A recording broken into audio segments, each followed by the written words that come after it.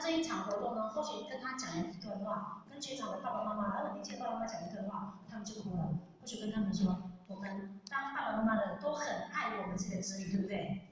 可是各位浅浅，或许问他们，你们爱不爱你们的爸爸妈妈？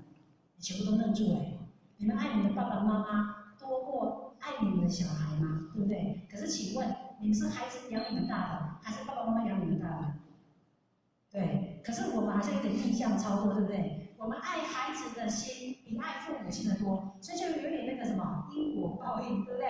以后我们的孩子就爱我们的孙子，更超越于我们多，对不对？所以会觉得说，我们回去应该爱我们的父母，多过于爱我们的孩子，让我们的孩子看在眼里，我们的孩子会知道说，这个孝道呢，对不对？是由古而今，我们儒家一直在推崇的。所以呢，我们本身尽孝道就是一个根本，我们应该要让我们的孩子有这些概念，所以呢，我们孝顺我们的父母亲，我们的孩子也会孝顺我们。尤其呢，现在年轻爸爸妈妈，因为或许接触太多的家长，他都跟同学说，我跟你讲，我都跟我的孩子说哈，以后我不会给你们麻烦，你们不用照顾我，你们不要造成我的困扰，对不对？很多爸妈都这样讲。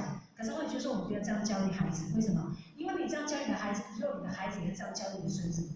可是除非你身体都很健康哦，你不会中风哦，因为中风你需要面帮你拿一杯水的时候，你要怎么办？对不对？你很 OK， 但是你的孩子呢，不见得很 OK 啊。好，所以就是说，在这个教育线上呢，或许就跟他们讲，回去呢把电话给你的爸爸妈妈嘛，对不对？带着你的孩子去见你的爸爸妈妈，好，让他重享天伦之乐。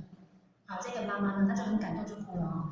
好，所以呢，或许觉得说，其实世界上没有感动不了的众生啊。其实呢，你知道吗？我们呢都常常说，有没有发愿，对不对？那这个愿呢，其实你知道吗？我们愿大怎么样，就力量大。我们是。